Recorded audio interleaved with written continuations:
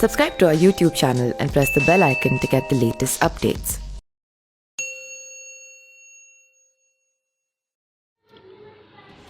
महाराष्ट्र के मुख्यमंत्री उद्धव ठाकरे की कुर्सी फंस गई है। बिना चुनाव लड़े सीएम बने उद्धव ठाकरे अभी तक विधानमंडल के सदस्य नहीं हैं। कोरोना के कारण कोई चुनाव नहीं होने वाले हैं। ऐसे में अब उनकी कुर्सी सिर्फ राज्यपाल ही बचा सकते हैं।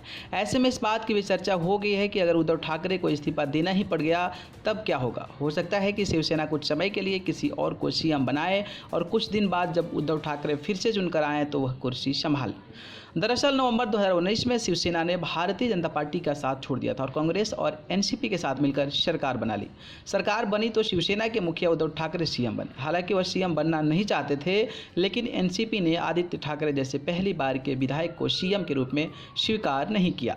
उस समय उद्धव ठाकरे ने न तो विधायक थे और न ही एमएलसी। संविधान के मुताबिक कोई भी व्यक्ति अगर मंत्री या मुख्यमंत्री पद की शपथ लेता है तो उसे 6 महीने के अंदर किसी भी एक सदन का सदस्य चुना जाता है।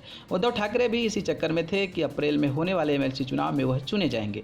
हालांकि कोरोना के कारण चुनाव ही रद्द हो गए। अब उनकी कुर्सी तभी बजेगी जब राज्यपाल भगत सिंह कोश्यारी अपने कोटे की सीटों पर उद्धव ठाकरे को मनोनीत कर दें। अभी तक भगत सिंह कोश्यारी ने उद्धव ठाकरे को मनोनीत करने की बात पर कोई जवाब नहीं दिया है। राज्य की कैबिनेट ने इस पर प्रस्ताव पारित करके राज्यपाल से भी अपील की है कि वह उद्धव ठाकरे को मनोनीत करके एमएलसी बना दे। जवाब न मिलने के बाद गठबंधन के नेता राज्यपाल से फिर मिलने पहुंचे। फिर भी कोई जवाब न मिलने के बाद उद्धव ठाकरे ने प्रधानमंत्री नरेंद्र मोदी को भी फोन किया। अब चर्चा यह है कि अगर गवर्नर नहीं माने तो उद्धव ठाकरे को इस्तीफा देना ही पड़ेगा। ऐसे में गठबंधन सरकार के पास एक ही विकल्प है कि उद्धव ठाकरे को किसी और को मुख्यमंत्री चुने। गठबंधन सरकार के लिए राहत की बात यह हो सकती है कि कोरोना काल खत्म होने के बाद उद्धव ठाकरे फिर से कोई चुनाव लड़े, विधानमंडल के सदस्य बने और फिर से मुख्यमंत्री पद की शपथ ले। आज से 6 महीने पहले तो शिवसेना की ओर से आदित्य ठाकरे ही चेहरा थे। यही कारण था कि उन्हें चुनाव लड़ा और खुद उद्धव ठाकरे दूर रहे। आखिर में जब एनसीपी ने आदित्य ठाकरे को सीएम के तौर पर स्वीकार नहीं किया तो उद्धव ठाकरे सरकार का नेतृत्व करने को आगे आए। उद्धव ठाकरे के इस्तीफे की स्थिति में शिवसेना की ओर से पहला नाम आदित्य ठाकरे ही होंगे, जिन्हें कुछ समय के लिए सीएम बनाया जा सकता है।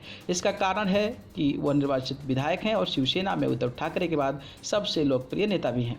कांग्रेस, शिवसेना और एनसीपी इस गठबंधन में शिवसेना और एनसीपी लगभग बराबर की हिस्सेदार है। ऐसे में एनसीपी भी सीएम की कुर्सी पर दावा ठोक सकती है। हालांकि गठबंधन में यह तय हो चुका है कि 5 साल तक सीएम की कुर्सी शिवसेना के पास ही रहेगी।